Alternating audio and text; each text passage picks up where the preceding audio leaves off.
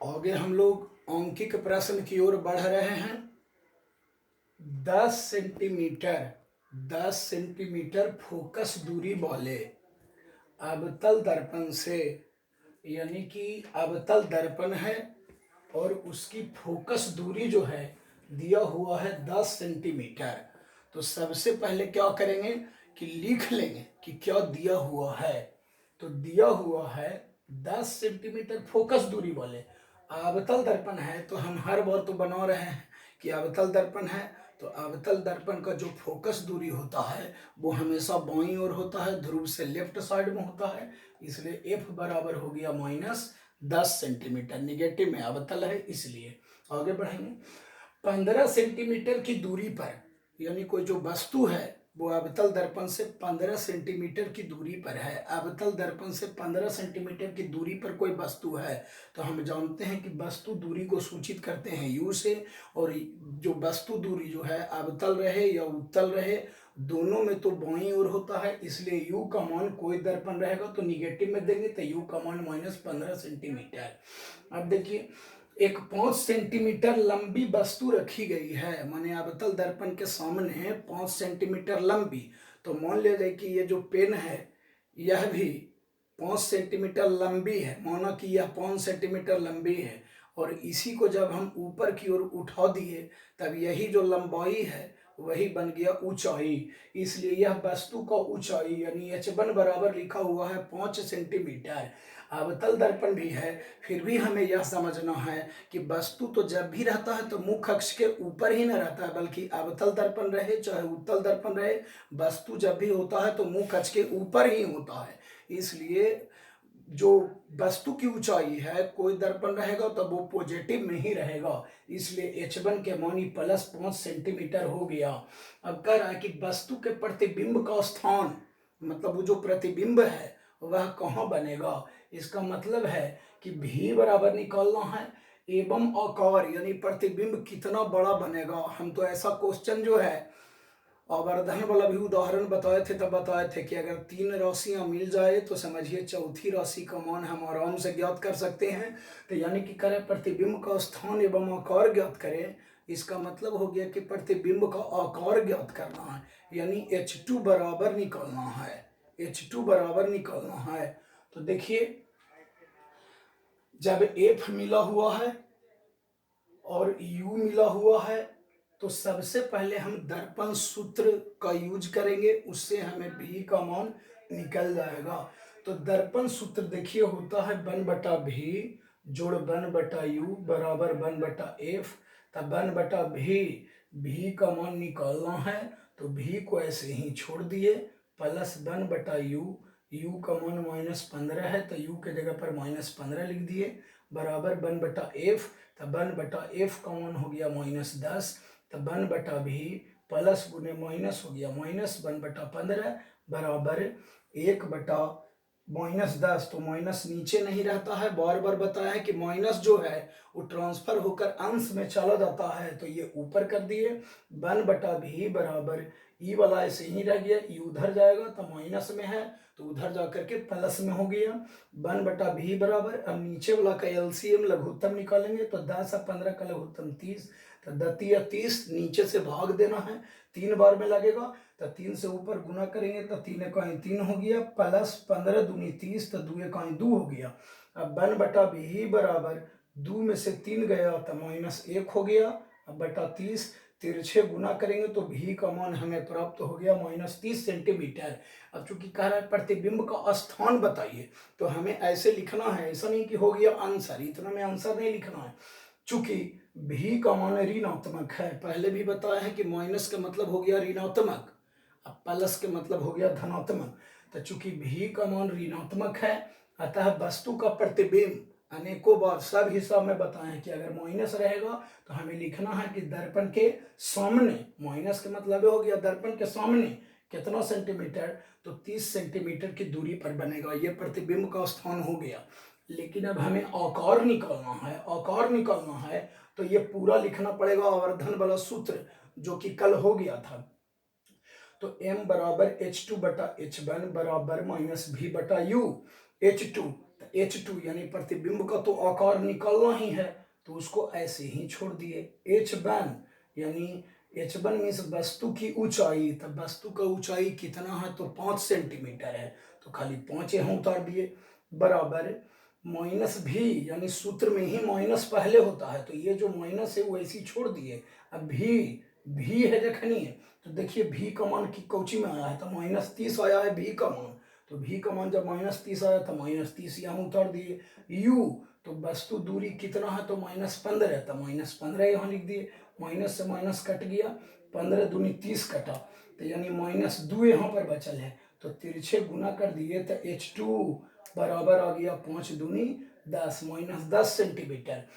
तो असल में H2 के मतलब हो गया प्रतिबिंब का आकार, यानी प्रतिबिंब की ऊंचाई कितना है, प्रतिबिंब की ऊंचाई कितना है, तो प्रतिबिंब की ऊंचाई जो है 10 सेंटीमीटर है, प्रतिबिंब की ऊंचाई 10 सेंटीमीटर है, लेकिन ये माइनस क्या बता रहा है, तो माइनस यह बता रहा है कि वस्तु का जो प्रतिबिंब बन रहा है वो मुख अक्ष के नीचे है, क्योंकि मुख अक्ष के नीचे लंबवत सभी दूरियां ऋणात्मक होती है, इसलिए यही बता रहा है, निगेटिव का चिन्ह बताता है कि जो प्रतिबिंब बना है वो मुख अक्ष के नीचे बना है और उल्टा बना है, वास्तविक और उल्टा बना है, इसलिए यहाँ पर माइनस है, तो लास्ट में लिख दिए कि अतः प्रतिबिंब का आकार बराबर 10 सेंटीमीटर।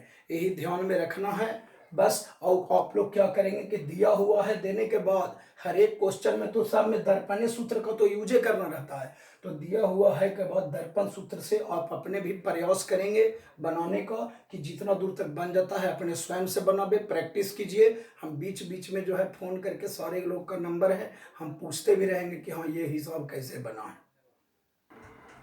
क्वेश्चन नंबर अगला है, एक अवतल दर्पण से 6 सेंटीमीटर पर रखी, माने कोई अवतल दर्पण है, उससे 6 सेंटीमीटर की दूरी पर कोई वस्तु रखा हुआ है, तो पहले लिख लेंगे, बताए हैं बारंबार कि अगर जो अंक दिया हुआ है पहले उसको लिख लेंगे, क्योंकि दिले को चाहिए।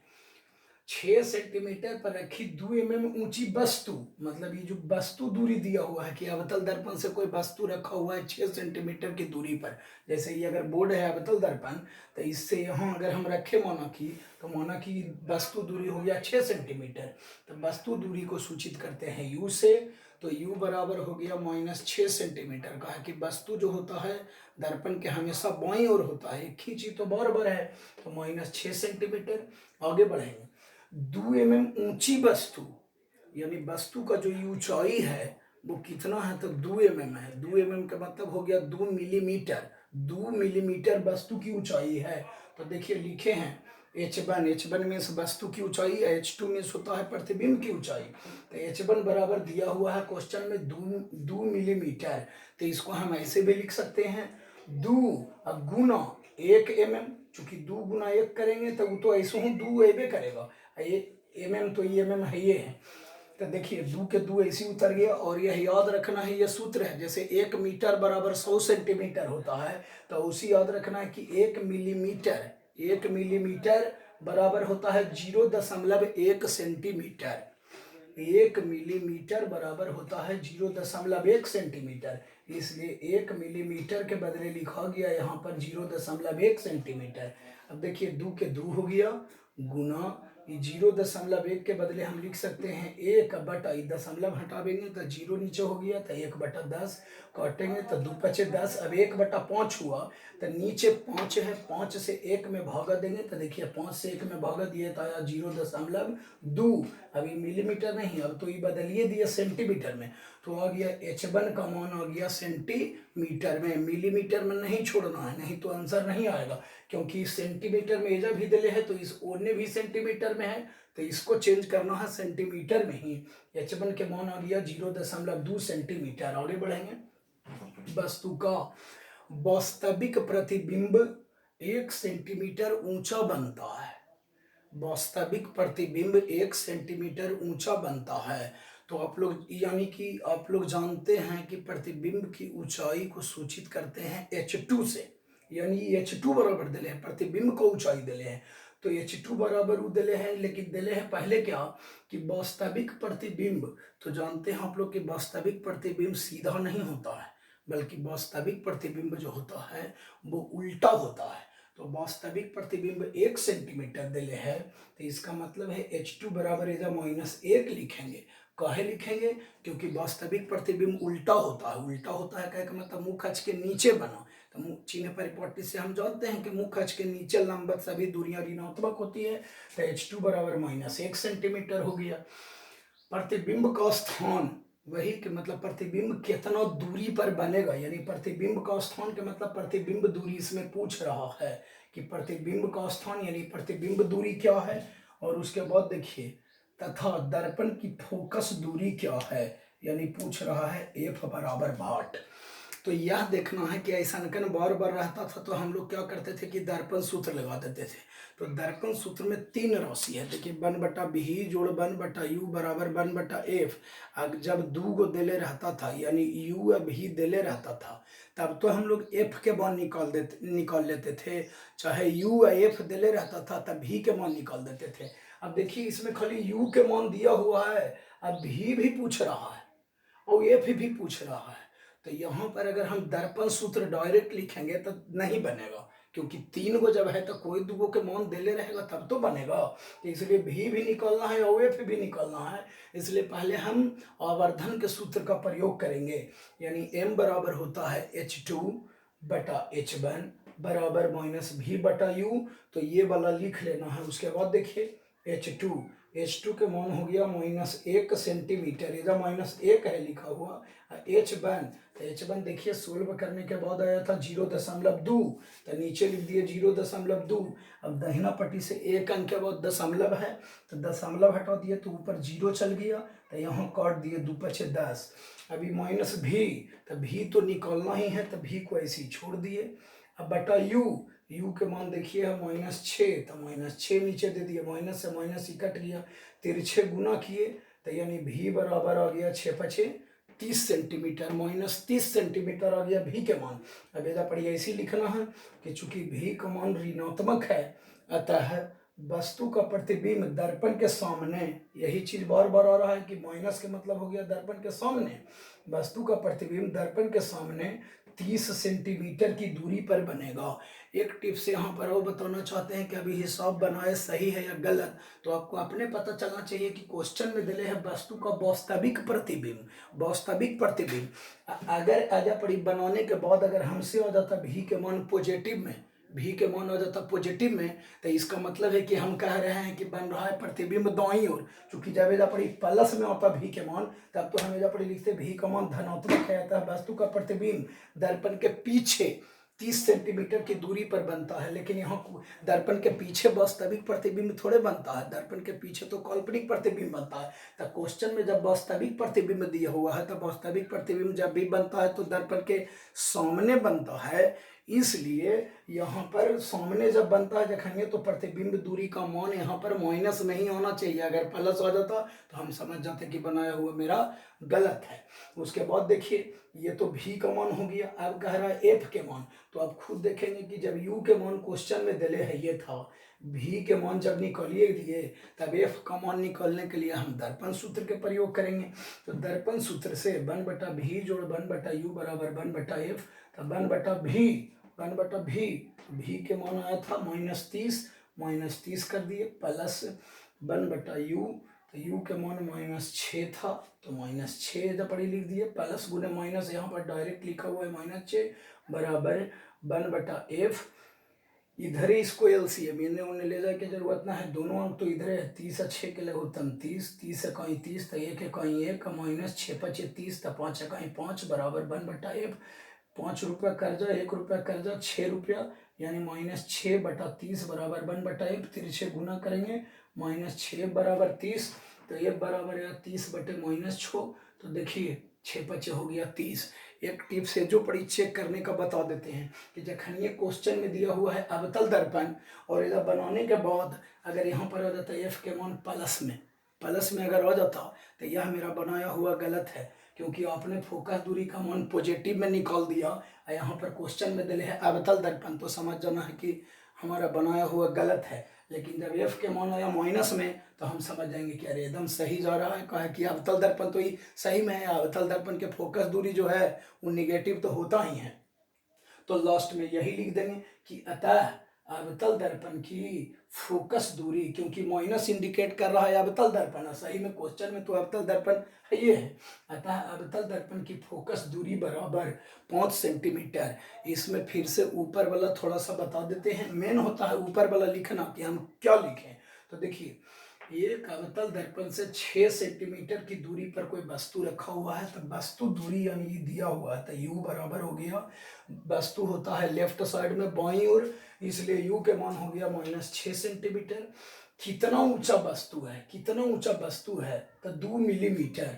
तो h1 बराबर लिख दिए 2 mm, तो पॉजिटिव में ही होगा। कहे कि अवतल दर्पण रहे चाहे उत्तल, वस्तु जब भी रहता है तो मुंह खच के ऊपर ही रहता है, तो इसलिए प्लस में ही रहेगा। h1 बराबर 2 मिलीमीटर, तो इसको हम ऐसे भी लिख सकते हैं 2 गुना 1 मिलीमीटर, तो 2 के 2 ऐसे उतर गया, और 1 मिलीमीटर बराबर होता है 0.1 सेंटीमीटर। तो 1 मिलीमीटर बराबर लिख दिए हम 0.1 सेंटीमीटर। ये सूत्र है, याद रखना है। 2 गुने 1 बटा यहाँ पर हो गया 10, तो 2 पचे 10, तो 1/5 है, तो 5 से 1 में भाग दिया, तब आ गया 0.2 सेंटीमीटर। तो कह रहा आगे, फिर कह रहा है वास्तविक प्रतिबिंब 1 सेंटीमीटर ऊंचा बनता है। तो वास्तविक प्रतिबिंब उल्टा होता है, तो वास्तविक प्रतिबिंब 1 सेंटीमीटर ऊंचा बनता है। तो चूंकि वास्तविक प्रतिबिंब उल्टा होता है, तो प्रतिबिंब की ऊंचाई को लिखना है माइनस में, -1 सेंटीमीटर। फिर कह रहा है प्रतिबिंब का स्थान यानी v बराबर भाट। फिर कह रहा है दर्पण की फोकस दूरी निकालिए, तो f बराबर भाट। तो चूंकि v बराबर भी निकालना है, f बराबर भी निकालना है, तो दर्पण सूत्र ऐसे नहीं बनेगा, दर्पण सूत्र का यूज नहीं करना है यहाँ पर। पहले आवर्धन के सूत्र से v के मान निकाल लिए, तो u v जब निकल गया तो बाद में इसमें दर्पण सूत्र का यूज करना है। बढ़िया से समझ के तरीके से एक बार में वीडियो को पहले पूरा स्थिर से देख लेना है, और डबल बार में अपना सब करते जाना है बस। एक उत्तल दर्पण की फोकस दूरी 6 सेंटीमीटर है। एक उत्तल दर्पण की फोकस दूरी 6 सेंटीमीटर है। अब रुक जाना है इतना के बाद कि हाँ क्या दिया हुआ है, तो कौन सा दर्पण है, तो उत्तल दर्पण। अब उत्तल दर्पण के जो फोकस दूरी होता है वो पॉजिटिव होता है, क्योंकि उत्तल दर्पण कल चित्र में भी बता दिए थे कि P और F के बीच की दूरी को कहते हैं फोकस दूरी। तो P और F के बीच का दूरी फोकस दूरी छोटकी f से सूचित किया जाता है, तो वो तो दाईं ओर होता है ना, इसलिए ये पॉजिटिव होगा। यानी F बराबर हो गया 6 सेंटीमीटर।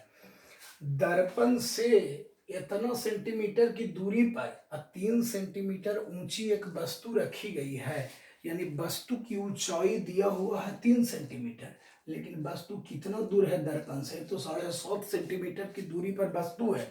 तो u बराबर लिखेंगे -7.5 सेंटीमीटर, क्योंकि वस्तु तो हमेशा लेफ्ट साइड में होता है, तो एक ही चीज है। अब कह रहा 3 सेंटीमीटर ऊंची एक वस्तु, यानी वस्तु का ऊंचाई दिया हुआ है, तो वस्तु जब भी रहेगा तो मुंह कच के ऊपर ही रहेगा, इसलिए वस्तु का ऊंचाई दिया हुआ है, तो h1 होता है जो वस्तु की ऊंचाई, तो ये भी पॉजिटिव ही होगा, यानी 3 सेंटीमीटर। अब आगे कह रहा है कि प्रतिबिंब का स्थान, यानी प्रतिबिंब का स्थान मतलब प्रतिबिंब कितना दूरी पर बनेगा ये बताना है। प्रतिबिंब का स्थान, आकार मतलब प्रतिबिंब की ऊंचाई कितना होगा, वस्तु की ऊंचाई तो दिले है 3 सेंटीमीटर, तो प्रतिबिंब की ऊंचाई कितना होगा, यानी निश्चित रूप से ही पूछ रहा है h2 बराबर भाट। और एक बात और आप लोग को अंतर में बताया हुआ है कि उत्तल दर्पण जो है वस्तु से हमेशा छोटा प्रतिबिंब बनाता है। साइड मिरर में भी पढ़ना था कि उत्तल दर्पण का उपयोग साइड मिरर के रूप में क्यों किया जाता है, तो उत्तल दर्पण जो है किसी भी वस्तु का काल्पनिक, सीधा तथा वस्तु से छोटा प्रतिबिंब बनाता है, ऐसा था लिखा हुआ।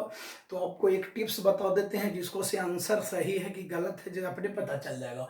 चूंकि उत्तल दर्पण है, अब वस्तु का ऊंचाई दिया हुआ है कितना, तो 3 सेंटीमीटर, वस्तु का ऊंचाई है 3 सेंटीमीटर दे रहे, अब कह रहा है प्रतिबिंब की ऊंचाई बताना है, तो निश्चित रूप से 3 सेंटीमीटर से कम आंसर आएगा। कहे कि प्रतिबिंब अगर हो गया ऊंचा, ज्यादा अगर आ गया प्रतिबिंब की ऊंचाई 3 से आ गया 4, तो ये तो गलत हो जाएगा।